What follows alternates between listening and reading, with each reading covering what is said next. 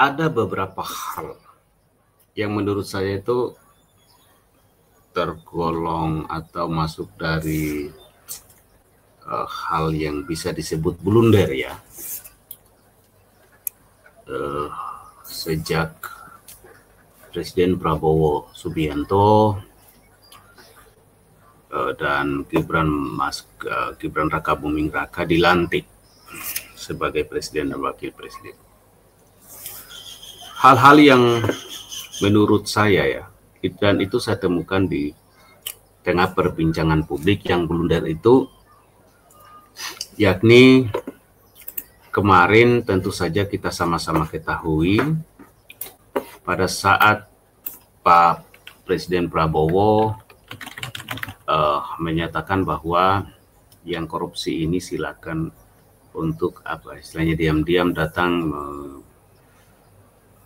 menyerahkan yang dikorupsi, kira-kira kurang lebihnya begitu, dan akan dimaafkan. Nah, itu blunder pertama itu dalam hal penegakan hukum dalam hal korupsi ya. Dan itu benar-benar menghiasi media sosial, dan tentu saja ini hal yang sangat kemarin menjadi perdebatan, perbincangan di tengah kehidupan berbangsa dan bernegara. Itu ditanggapi publik bahwa Presiden Prabowo akan memaafkan koruptor yang mengembalikan duit hasil korupsi ke negara. Nah, ini kemudian viral ya. Saya coba mau mengingatkan kembali untuk bisa kita melihat keadaan sampai hari ini seperti apa. Nah, itulah yang sering kita katakan bahwa di dalam suatu keadaan, dalam suatu situasi itu dampaknya luar biasa. Tanpa keadaan kita ini itu bagian daripada rentetan yang saling kait-mengkait. Ada hubungannya begitu. Nah, ini dia. Coba kita cermati seperti apa.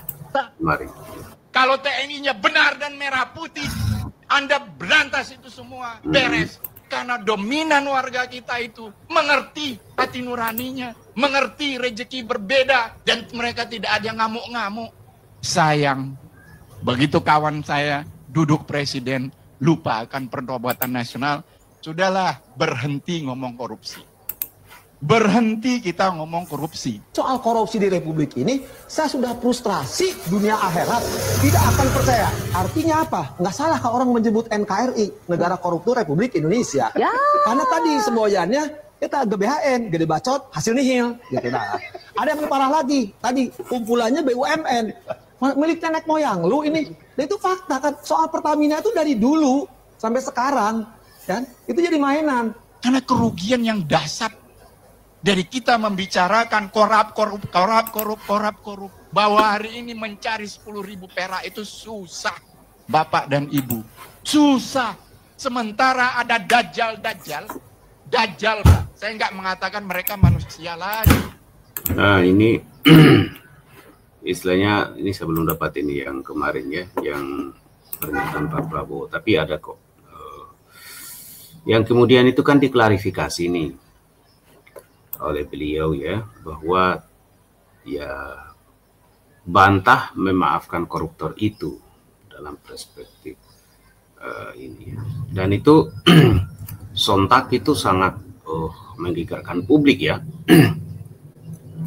Kenapa? Karena Pak Prabowo ini kan di tengah masyarakat itu ternyata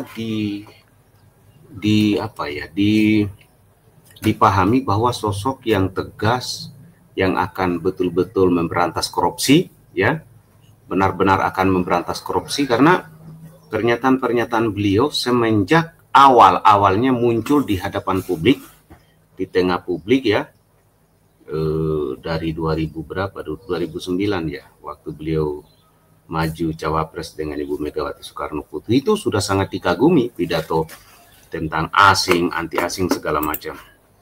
Nah, Jadi pernyataan kemarin akhirnya diklarifikasi, ya, Menkum meluruskan pernyataan Pak Prabowo ingin memaafkan koruptor.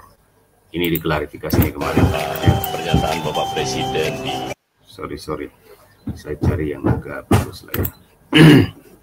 Dan pada akhirnya beliau mengklarifikasi sendiri, ya, klarifikasi langsung tuh. Ini klarifikasi beliau. Bukan begitu. Kalau koruptornya sudah tobat, bagaimana tokoh-tokoh agama? Iya kan? Orang bertobat, tapi kembalikan dong yang kau curi. Enak aja. Udah nyolong. Jadi itu klarifikasi beliau itu, bahwa bukan apa, kembalikanlah yang kau curi, gitu kira-kira ya. Nah, ini dia. Maafkan koruptor. Ini. Bukan begitu. Kalau koruptornya sudah tobat, bagaimana tokoh-tokoh agama? Iya kan? Orang bertobat, tapi kembalikan dong yang kau curi.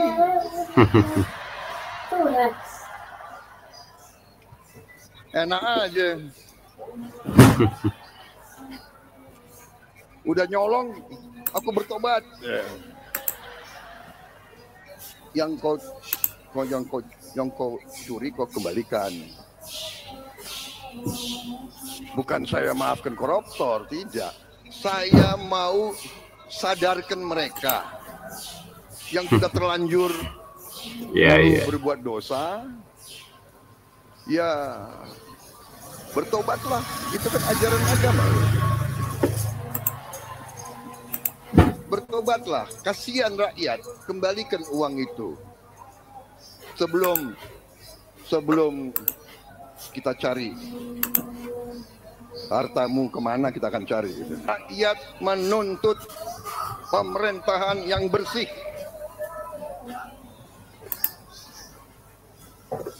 Saya ulangi, rakyat menuntut pemerintah yang bersih. Iya, benar. Saya dipilih oleh rakyat. Benar. Atas nama rakyat Indonesia. Benar. Saya tegaskan, semua aparat pemerintah Indonesia, bersihkan dirimu masing-masing. Itu tuh. Nah, ini yang ditunggu oleh rakyat Ada yang sebenarnya. mengatakan Prabowo mau maafkan koruptor. Jadi gini, saudara. Nah, inilah yang saya katakan kebulunderan itu, ya. Di luar dari yang dipikirkan publik, akan ada pernyataan tadi, walaupun sudah diklarifikasikan. Lalu, yang paling ditunggu publik adalah kalimat bersihkan dirimu sebelum rakyat membersihkan kita. Dan soal akan kita cari. Jadi, makanya hari ini masyarakat itu ribut soal undang-undang perampasan aset. Karena itu bagian yang mereka yakini kalau itu dilakukan, artinya ada undang-undangnya, perampasan aset itu, maka itu akan sangat bermanfaat bagi masa depan bangsa dan negara untuk terbebas dari perilaku korup. Itu kira-kira, ya. Nah, inilah yang saudaraku, ya, sahabat sekalian, yang sebelumnya ditunggu, Presiden Prabowo Subianto mengaku akan memaafkan kan jika yang telah. Nih kita lihat nih komentar dari Pak Prabowo yang menghebohkan itu kalau nggak salah nih, ya. Para koruptor akan merasa pernah mencuri dari rakyat. Kalau kau kembalikan yang kau curi, ya mungkin kita maafkan. Nah, ini dia. Tapi kembalikan dong. Ini. Yang ini yang bikin heboh tuh, yang buat blunder tuh. Ya.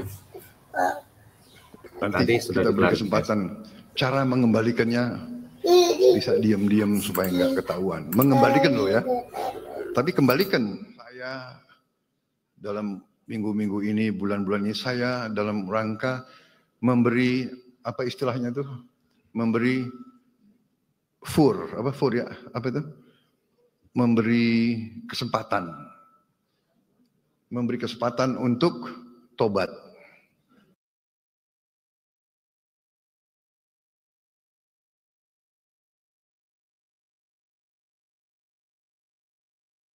Nah ini dia saudara ya. Nah ini yang menjadikan kemudian publik itu menjadi heboh kemarin ya. Muncul pernyataan respon dari berbagai pihak, baik itu masyarakat biasa, netizen, semua pihak kemudian merespon ini. Kenapa harus dimaafkan gitu kan? Macam-macam.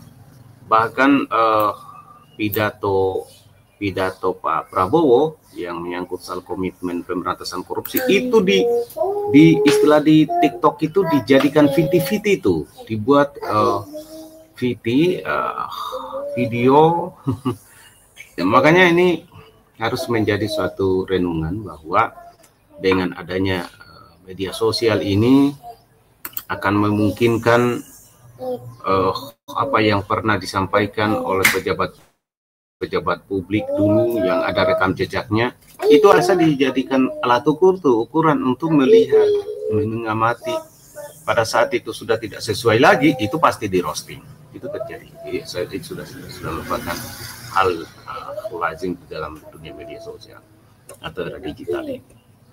Nah, lalu kemudian yang paling terbaru soal pernyataan mengenai kepala babi dari kepala kantor komunikasi presiden.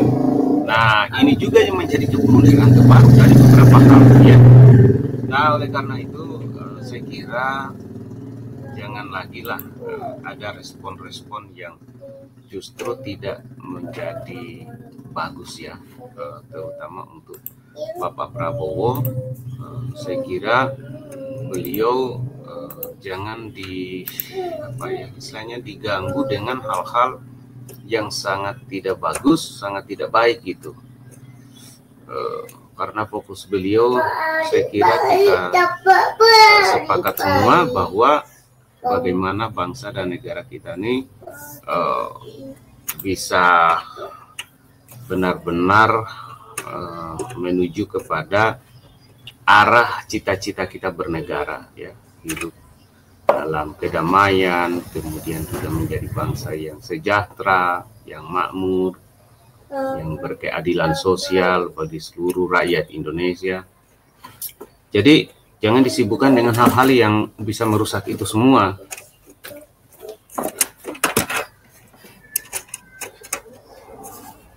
Nah, itu kira-kira saudaraku dan sahabat sekalian, sehingga ini yang harus menjadi pegangan ya, terutama itu orang-orang yang di sekeliling beliau ya, kan sangat kita sayangkan tuh. Nah, coba kita lihat pernyataan Hasan Nasbi yang kemudian bagi saya itu sangat blunder sekali ya. Itu keblunderan yang luar biasa ya, dan direspon oleh berbagai pihak ya, dengan sangat disayangkan. Saya pun merespon itu dengan sangat menyayangkan. Kenapa istilahnya harus seperti itu ya, kenapa harus ada respon seperti itu. Akhirnya ditanggapi publik, ditanggapi oleh rakyat sangat beragam, dan mohon maaf menjadi tidak bagus ya, sangat tidak bagus ya. Nih, coba lihat nih, coba lihat ini saudara, ini sangat tidak bagus jawaban ini. Terus apa yang terjadi pas dikirim itu, apa yang terjadi? Ini semacam ancaman kepada para bebasan PR, Pak. Udah dimasak aja. Kalau kepala bajunya dimasak aja. Ada juga anggapan jadi ancaman pembunuhan gitu Pak, gimana Pak responnya Pak? Enggak lah, saya lihat dari media sosialnya Francisca yang wartawan Tempo itu, dia justru minta dikirimin daging babi. Itu kan semacam dosa juga. Iya, sama artinya dia nggak terancam kan? Buktinya dia bisa bercanda, kirimin daging babi. Tapi artinya sikapnya ini kan nggak tahu, ini kan problem mereka dengan entah siapa yang ngirim. Buat saya nggak bisa kita tanggapi apa-apa. problem mereka entah dengan siapa yang milik, apakah jadi ini dianggap problem mereka loh ya. atau cuman jokes, Artinya ini kan bagian secara tidak langsung tidak peduli terhadap pers, terhadap jurnalis begitu ya, atau warga negara Indonesia. yang dihalang-halangi bikin berita. Jadi kan gini loh saudara dan sahabat sekalian, inilah yang saya nggak ngerti juga ya, kenapa Hasan Nasbi kok seperti memperlihatkan pertama ketidaksukaan terhadap Tempo, mungkin iya ya, sepertinya begitu saya tanggapi itu. Kedua, ini kok ada bahasa ala urusan mereka, ini warga negara loh, ini manusia gitu loh, rakyat Indonesia.